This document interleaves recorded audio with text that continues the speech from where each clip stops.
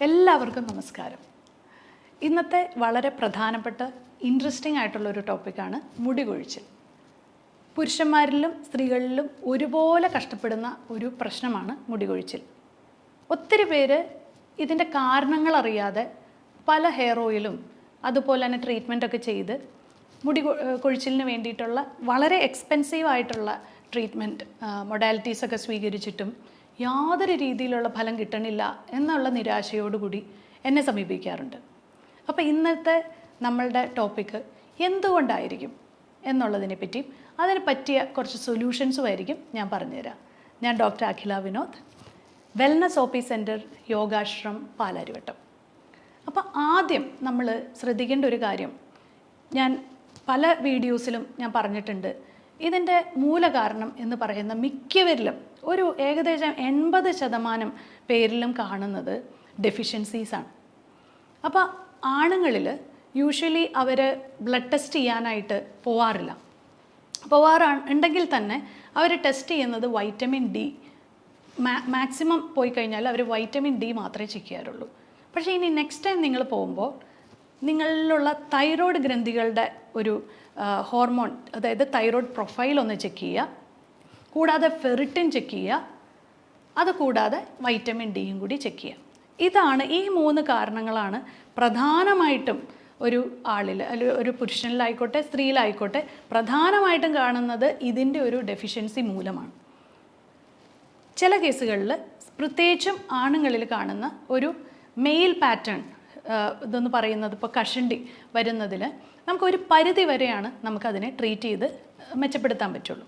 അങ്ങനെയുള്ളവർക്ക് അതൊരു വേറെ പ്രൊസീജിയേഴ്സിലേക്കൊക്കെ പോയി അവർക്കൊരു കോസ്മെറ്റോളജിസ്റ്റിനെ കണ്ട് അവർക്ക് മുടി വേണം എന്ന് നിർബന്ധമാണെങ്കിൽ അങ്ങനെ ചെയ്യാം. പക്ഷേ ഒരു ഏകദേശം 80 തൊട്ട് 90% പേരിലും ആദ്യം നിങ്ങൾ ബ്ലഡ് ടെസ്റ്റ് ചെയ്ത് നിങ്ങളുടെ ഇതിനകത്ത് എന്തെങ്കിലും ഡെഫിഷ്യൻസീസ് ഉണ്ടോ എന്ന് നോക്കിയതിന് ശേഷം അങ്ങനെ ഒരു തീരുമാനത്തിലേക്ക് പോവുകയായിരിക്കും നല്ലത്. മിക്കവരിലും കാണുന്നത്, ഞാൻ ഏറ്റവും കൂടുതൽ കാണുന്നത് വൈറ്റമിൻ ഡിയുടെ ഒരു ഡെഫിഷ്യൻസി തന്നെയാണ്. വൈറ്റമിൻ ഡി ചെക്ക് ചെയ്ത് കഴിയുമ്പോൾ അവർ യൂഷ്വലി കാണും ഒരു 20 to 30 ഒരു ഇൻസഫിഷ്യൻസി എന്നുള്ളൊരു രീതിയിലേക്ക്. 30 എന്ന് പറയുമ്പോഴത്തേക്ക് അത് സഫിഷ്യൻ്റാണ്. പക്ഷേ എന്നിരുന്നാൽ പോലും നിങ്ങൾക്ക് കുറച്ച് സ്ട്രെസ്സും കാര്യങ്ങളൊക്കെ ഉണ്ടെങ്കിൽ നിങ്ങൾക്കൊരു 30 മുകളിൽ, അതായത് 30 to 100 ആണ് സഫിഷ്യൻറ്റ് വൈറ്റമിൻ ഡി ലെവൽസ് എന്ന് പറയുന്നത്. പക്ഷേ ഈ ഒരു 30 എന്നുള്ളത് കൊണ്ട് നിങ്ങൾ തൃപ്തിപ്പെടാതെ നിങ്ങളൊരു 50ലേക്ക് വൈറ്റമിൻ ഡി ആക്കുകയാണെങ്കിൽ നിങ്ങളുടെ സമ്മർദ്ദത്തിനും കുറവുണ്ടാവും. അതുകൂടാതെ ഈ ഒരു മുടിയുടെ ഒരു കൊഴിച്ചിൽ പെട്ടെന്ന് തന്നെ നിൽക്കുന്നതായിട്ട് നിങ്ങൾക്ക് കാണാൻ സാധിക്കും. വൈറ്റമിൻ ഡി ഞാൻ ഒരു ദിവസം മുഴുവൻ ഞാൻ പുറത്താണ്, അതുകൊണ്ട് എനിക്ക് വൈറ്റമിൻ ഡി ധാരാളം കിട്ടും എന്ന് പറയുന്നവരുണ്ടാവും. പക്ഷേ ആ വൈറ്റമിൻ ഡി പ്രോപ്പറായിട്ട് ആയിരിക്കില്ല നിങ്ങൾക്ക് ലഭിക്കുന്നത്. അതുകൂടാതെ നിങ്ങളുടെ ശരീരം മുഴുവൻ ഒരേപോലെ ആയിരിക്കില്ല ആ വൈറ്റമിൻ ഡി കിട്ടുന്നത്. സൂര്യപ്രകാശം വളരെ ശരിയാണ്, അത് നിങ്ങൾ സൂര്യപ്രകാശത്തിൻ്റെ ഉള്ളിൽ നിങ്ങൾ പുറത്ത് എക്സ്പോസ് ചെയ്യുവാണെങ്കിൽ തീർച്ചയായിട്ടും കിട്ടും. പക്ഷേ എന്നിരുന്നാൽ പോലും പലരിലും അത് പ്രോപ്പർ രീതിയിൽ അബ്സോർബ് ചെയ്യുന്നത് കാണാറില്ല. അതുകൊണ്ട് തന്നെ വൈറ്റമിൻ ഡി സപ്ലിമെൻറ്റ്സ് എടുക്കുന്നതിൽ യാതൊരു രീതിയിലുള്ള സൈഡ് എഫക്ട്സോ പാർശ്വഫലങ്ങളോ ഇല്ല. അത് നിങ്ങൾക്ക് ഡെഫിഷ്യൻ്റ് ആണെങ്കിൽ അത് ആഡ് ചെയ്താൽ മാത്രമേ നിങ്ങളുടെ പല സിംറ്റംസും നിങ്ങൾക്ക് മാറ്റാൻ സാധിക്കുള്ളൂ. വൈറ്റമിൻ ഡിയെ പറ്റി പറഞ്ഞ് നമ്മൾക്ക് ഈ വീഡിയോ നീട്ടിക്കൊണ്ടുപോകേണ്ടതില്ല. അതുകൊണ്ട് നമ്മൾ അടുത്ത ഒരു വൈറ്റമിൻ്റെ ഇത് പറയുവാണെങ്കിൽ നമ്മൾക്ക് ഡെയിലി വൈറ്റമിൻസ്, അതായത് ഒത്തിരി വൈറ്റമിൻസ് നമ്മൾ എ, അതുപോലെ തന്നെ B12, ഇങ്ങനെ ഇതൊക്കെ വൈറ്റമിൻ സി, ഡി, ഇതൊക്കെ നമുക്ക് ആവശ്യമാണ്. അപ്പോൾ ഇതൊക്കെ നിങ്ങൾക്ക് നല്ല രീതിയിൽ, അതായത് നിങ്ങളുടെ ഒരു ഡെയിലി ലൈഫ്, പ്രത്യേകിച്ചും പുറത്ത് വർക്ക് ചെയ്യുന്നവർ, അല്ലെങ്കിൽ നിങ്ങളൊരു സെയിൽസിൽ വർക്ക് ചെയ്യുന്ന ഒരാളാണെങ്കിലോ, അല്ലെങ്കിൽ നിങ്ങൾക്ക് പ്രോപ്പറായിട്ട് നിങ്ങളെ നന്നായിട്ട് ഡയറ്റിലൂടെ നിങ്ങൾക്ക് ടേക്ക് കെയർ ചെയ്യാൻ പറ്റുന്നില്ലെങ്കിൽ അവർക്കൊരു ഡെയിലി മൾട്ടി വൈറ്റമിൻ ടാബ്ലറ്റ് കഴിക്കുന്നത് നല്ലതായിരിക്കും.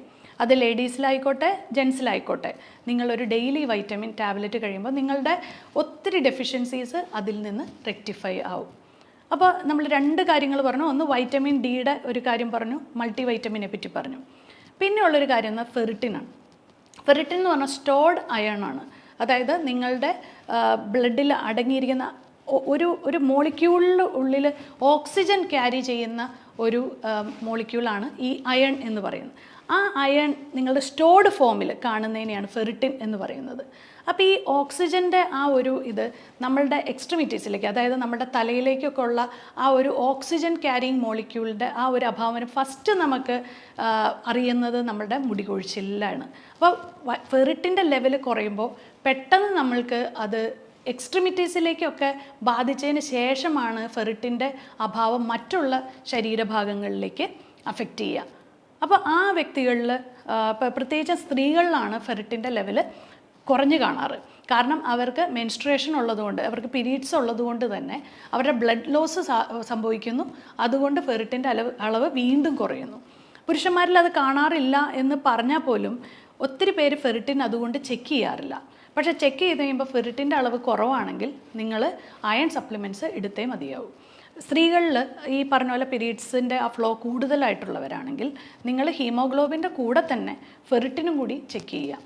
അപ്പോൾ നിങ്ങൾക്ക് ഫെറിറ്റിൻ വളരെ ലോ ആണെങ്കിൽ നിങ്ങൾ ഫെറിറ്റിൻ ഇപ്പോൾ സപ്ലിമെൻറ്റ്സ് മാത്രമല്ല, ഞാൻ അതിൻ്റെ കുറച്ച് ഒരു ഫുഡിലൂടെ നമുക്കതെങ്ങനെ മാറ്റിയെടുക്കാം. വൈറ്റമിൻ ഡി എപ്പോഴും സപ്ലിമെൻ്റാണ് ഞാൻ കൂടുതൽ സജസ്റ്റ് ചെയ്യാറ്. അതേസമയം നമുക്ക് അയൺ നമുക്ക് നന്നായിട്ട് കിട്ടാനായിട്ട് ബീട്രൂട്ട് പോലത്തെ വെജിറ്റബിൾസ്, അതുപോലെ തന്നെ പോമഗ്രാനൈറ്റ്. ഈ പോമഗ്രാനൈറ്റൊക്കെ ശരിക്കും പറഞ്ഞാൽ മാതള നാരങ്ങയൊക്കെ നിങ്ങൾ ഈ ജ്യൂസ് അടിച്ച് കുടിക്കാതെ 2 മാതള നാരങ്ങ അങ്ങനെ തന്നെ കഴിക്കുന്നതാണ് ഞാൻ കൂടുതലും പ്രിഫർ ചെയ്യുന്നത്. കാരണം ഇത് ജ്യൂസ് അടിച്ച് കഴിയുമ്പോഴത്തേക്ക് അതിൻ്റെ ഒത്തിരി പോഷകങ്ങൾ നഷ്ടപ്പെടുന്നുണ്ട്. അതുകൊണ്ട് നിങ്ങൾ മാതള നാരങ്ങ, ബീട്രൂട്ട്, ചീര ഇങ്ങനത്തെ സാധനങ്ങളൊക്കെ നിങ്ങളുടെ ഡെയിലി ഡയറ്റിലേക്ക് ഉൾപ്പെടുത്തുക. പിന്നെ കുറേ ടീനേജേഴ്സ് കംപ്ലൈൻറ്റ് ചെയ്യുന്നത് അവർക്കുള്ള മുടി കൊഴിച്ചിൽ. മിക്ക കുട്ടികളിലും നമ്മൾ കാണുന്ന PCOD പോലത്തെ പ്രശ്നങ്ങളാണ് ടീനേജേഴ്സിൽ കാണുന്നത്.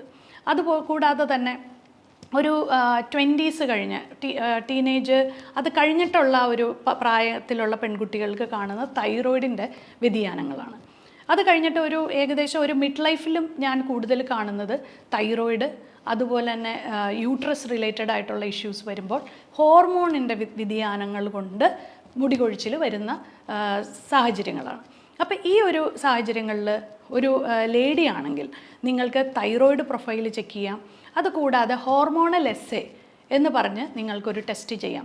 ആ ടെസ്റ്റിൽ നിങ്ങൾ പ്രൊജസ്ട്രോണും ഈസ്ട്രജനും ഒക്കെ മനസ്സിലാക്കി ഇതിനൊക്കെ ശേഷമാണ് ഇതിനകത്തൊന്നും നിങ്ങൾക്ക് യാതൊരു രീതിയിലുള്ള പ്രശ്നങ്ങളില്ല എന്ന് തന്നെ വയ്ക്കുക. നമ്മളപ്പോൾ വൈറ്റമിൻസ് ചെക്ക് ചെയ്തു, അതുപോലെ തന്നെ വൈറ്റമിൻസും മിനറൽസും ഒക്കെ ചെക്ക് ചെയ്തു, നമ്മൾ നല്ല രീതിയിലുള്ള ആഹാരം കഴിച്ചു, ഹോർമോൺസ് ചെക്ക് ചെയ്തു, എന്നിട്ടും നിങ്ങൾക്ക് യാതൊരു രീതിയിലുള്ള വ്യത്യാസങ്ങളില്ലെങ്കിൽ ഡെഫിനറ്റ്ലി ഏറ്റവും അവസാനം കൺക്ലൂഡ് ചെയ്യേണ്ടത് എന്താണ്? സ്ട്രെസ്. നിങ്ങളുടെ സമ്മർദ്ദമാണ് അതിന് ഏറ്റവും പ്രധാനപ്പെട്ട കാരണം. അപ്പോൾ ഈ സമ്മർദ്ദം എങ്ങനെ കുറയ്ക്കാം? നിങ്ങളൊരു ഫിസിക്കൽ ആക്ടിവിറ്റീസ് എന്തെങ്കിലും ഒരു ജിമ്മിൽ ചേരുകയോ യോഗ ചെയ്യുകയോ അങ്ങനെ എന്തെങ്കിലും ഒരു ആക്ടിവിറ്റി, സ്വിമ്മിങ്, അതുപോലെയുള്ള വാക്കിംഗ്, ജോഗിങ്, ഇങ്ങനെയുള്ള ഏതെങ്കിലും ഒരു ഫിസിക്കൽ ആക്ടിവിറ്റിയിൽ ഏർപ്പെട്ട് നിങ്ങൾ നന്നായിട്ടൊരു വേർത്ത് നിങ്ങളുടെ ശരീരത്തിലുള്ള എല്ലാ ടോക്സിൻസ് എല്ലാം എലിമിനേറ്റ് ചെയ്ത് നിങ്ങളുടെ സമ്മർദ്ദത്തിനെ, അതായത് നിങ്ങളുടെ മെൻ്റൽ ടെൻഷൻസും ഇപ്പം ഞാൻ പറഞ്ഞ ഫിസിക്കൽ ആക്ടിവിറ്റീസാണ്. അപ്പോൾ ഇത് തമ്മിൽ എന്താണ് ബന്ധം? എന്താണ് ഡോക്ടർ അതുകൊണ്ട് ഉദ്ദേശിക്കുന്നതെന്ന് വെച്ചാൽ, ശരിക്കും നമുക്ക് എന്ത് മൈൻഡ് ടെൻഷൻസ് വരുന്നത് മിക്കപ്പോഴും ആൾക്കാരിൽ കാണുന്നത് വർക്ക് റിലേറ്റഡ് ആയിട്ടുള്ള ടെൻഷൻസാണ്. ആ വർക്ക് റിലേറ്റഡ് ആയിട്ടുള്ള ടെൻഷൻസ് നിങ്ങൾ വൈകുന്നേരം പലരും പറയുന്ന കേൾക്കാറുണ്ട്, ഞാനൊരു ബാഡ്മിൻ്റൺ ഒക്കെ കളിച്ച് തിരിച്ച് ഫുട്ബോളൊക്കെ കളിച്ച് വീട്ടിലേക്ക് വരുമ്പോഴത്തേക്ക് പിന്നെ ഞാൻ ഓക്കെയാണ് എന്ന് പറയും, അല്ലേ? അതുപോലെ തന്നെ ഞാനൊന്ന് ഓടിക്കഴിഞ്ഞ് തിരിച്ചു വരുമ്പോഴത്തേക്ക് എനിക്ക് ഓക്കെയാണ്. അതുപോലെ തന്നെ ലേഡീസ് പറയും, ഞാനൊരു സുംബ ക്ലാസ്സിലും അതുപോലെ തന്നെ ജിമ്മിലൊക്കെ പോയി വൈകുന്നേരം വർക്കൗട്ട് കഴിഞ്ഞ് വീട്ടിലെത്തിക്കഴിയുമ്പോൾ പിന്നെ ഞാൻ ഫ്രീ ആണ്, പിന്നെ എൻ്റെ മനസ്സിൽ ഒരു ടെൻഷൻസും ഇല്ല എന്ന് പറയും. അപ്പോൾ നിങ്ങൾക്ക് അതുപോലത്തെ ഒരു IT ഫീൽഡിലോ അല്ലെങ്കിൽ ഒരു ബാങ്ക് എംപ്ലോയി ആണ് നിങ്ങളെങ്കിൽ നിങ്ങളുടെ മാനസികമായിട്ടുള്ള സമ്മർദ്ദങ്ങളെ മാറ്റി രാത്രി കിടന്നുറങ്ങുക എന്നുള്ളത് ഒരു പ്രധാനപ്പെട്ട ഒരു ടാസ്ക് തന്നെയാണ്. അപ്പോൾ നിങ്ങൾ അതിന് വേണ്ടിയിട്ട് നാളെ ആവാമെന്ന് വിചാരിച്ച് കാത്തിരിക്കാതെ എത്രയും പെട്ടെന്ന് ഒരു ഫിസിക്കൽ ആക്ടിവിറ്റിയിൽ ഏർപ്പെടുക. യോഗ എന്തുകൊണ്ടാണ് ഏറ്റവും ഫലപ്രദം സ്ട്രെസ്സ് കുറയ്ക്കാൻ എന്ന് വെച്ചാൽ അതിൻ്റെ ബ്രീത്തിങ് എക്സസൈസാണ്.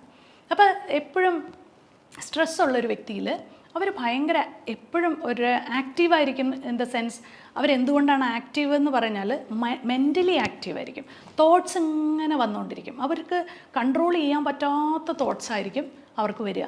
അപ്പോൾ നമ്മൾ പ്രാണായാമ ബ്രീതിങ് എക്സസൈസ് ചെയ്യുമ്പോഴത്തേക്കും നമ്മുടെ ബ്രെയിൻ സെൽസ് കാമാവുകയും അവരുടെ തോട്ട്സിൻ്റെ നമ്പർ കുറയുകയും ചെയ്യും. പിന്നെ റിലാക്സേഷൻ ടെക്നിക്ക് അങ്ങനെയുള്ള കുറേ കാര്യങ്ങളുണ്ട് യോഗയിൽ. അല്ലാതെ നമ്മൾ യോഗ ആസനാസ് എന്നുള്ളത് സ്ട്രെച്ചസ് മാത്രമല്ല, ബ്രീതിങ് എക്സസൈസിന് ഒത്തിരി വണ്ടേഴ്സ് നമ്മളുടെ ലൈഫിൽ ചെയ്യാൻ പറ്റും. ഈ യോഗ ഒരു നേരം യോഗ ചെയ്യുക, ഒരു നേരം നിങ്ങൾ ഏതെങ്കിലും വാക്കിംഗ് അങ്ങനെയുള്ളത് രാവിലെ എണീറ്റ വഴി ഒന്ന് നടക്കാൻ പോവുകയോ ഓടാൻ പോവുകയോ ചെയ്യുക, അല്ലെങ്കിൽ യോഗ ചെയ്യുക. ഒരു സമയത്ത് ബ്രീതിങ് എക്സസൈസും നിങ്ങളുടേതായിട്ടുള്ള ഒരു മൈൻഡ്ഫുള്ളായിട്ട് നിങ്ങൾ ഉറങ്ങുന്നതിന് മുമ്പായിട്ടാണെങ്കിലും കുറച്ച് നേരം ഒന്ന് മെഡിറ്റേഷൻ ചെയ്യുക. ഇത്രയൊക്കെ ചെയ്തിട്ട് നിങ്ങൾ എന്ത് സംഭവങ്ങളാണെങ്കിലും, എന്ത് എക്സ്റ്റേണൽ ട്രീറ്റ്മെൻറ്റ്, അത് ഓയിലായിക്കോട്ടെ വേറെ ഏതെങ്കിലും ട്രീറ്റ്മെൻറ്റ് ആയിക്കോട്ടെ, എന്ത് ചെയ്താലും നിങ്ങൾക്ക് 100% ബെനിഫിഷ്യലായിരിക്കും. അപ്പം ഞാൻ ഈ പറഞ്ഞ ടിപ്സ് എല്ലാവരും ഓർക്കുമെന്ന് വിചാരിക്കുന്നു. ഇത് ഓൾറെഡി അറിയാവുന്നവർക്ക് വേണ്ടിയിട്ടല്ല, ഇതിനെപ്പറ്റി അവയർനെസ് ഇല്ലാത്തവർ ഇന്ന് തന്നെ പോയിട്ട് നിങ്ങളുടെ ബ്ലഡ് ടെസ്റ്റ് എല്ലാം ഒന്ന് ചെക്ക് ചെയ്ത് നോക്കൂ. ഞാൻ പറയുന്നത് ശരിയാണോ തെറ്റാണോ എന്ന് നിങ്ങൾക്ക് തന്നെ ചൂസ് ചെയ്ത് നോക്കാവുന്നതാണ്. അപ്പോൾ ഞാൻ പറഞ്ഞ ടെസ്റ്റുകൾ ഏതൊക്കെയാണ്? വൈറ്റമിൻ ഡി, ഫെറിറ്റിൻ, അതുപോലെ തന്നെ തൈറോയിഡിൻ്റെ പ്രൊഫൈൽ. തൈറോയിഡ് പ്രൊഫൈലിൽ നിങ്ങൾ തന്നെ സെൽഫ് ടെസ്റ്റ് ചെയ്യണമെങ്കിൽ അല്ലെങ്കിൽ ഏതെങ്കിലും അടുത്തുള്ള ഡോക്ടേഴ്സിനെ കൊണ്ട് പ്രിസ്ക്രൈബ് ചെയ്ത് തൈറോയിഡ് പ്രൊഫൈൽ നോക്കുക. ഹോർമോണൽ എസ്സേ ലേഡീസിന് വേണ്ടിയിട്ട് ചെയ്യുക. ഇത്രയൊക്കെ കാര്യങ്ങൾ ചെയ്തു കഴിഞ്ഞാൽ നിങ്ങൾക്ക് മനസ്സിലാവും എവിടെയാണ് നിങ്ങളുടെ പ്രോബ്ലം. അപ്പം ഞാൻ മൂലകാരണവും അതിനുള്ള കുറച്ച് സൊല്യൂഷൻസും പറഞ്ഞു തന്നു എന്ന് വിശ്വസിക്കുന്നു. അപ്പോൾ വീണ്ടും ഇൻട്രസ്റ്റിങ്ങുമായിട്ടുള്ളൊരു ടോപ്പിക്കായി ഇനിയും കാണാം.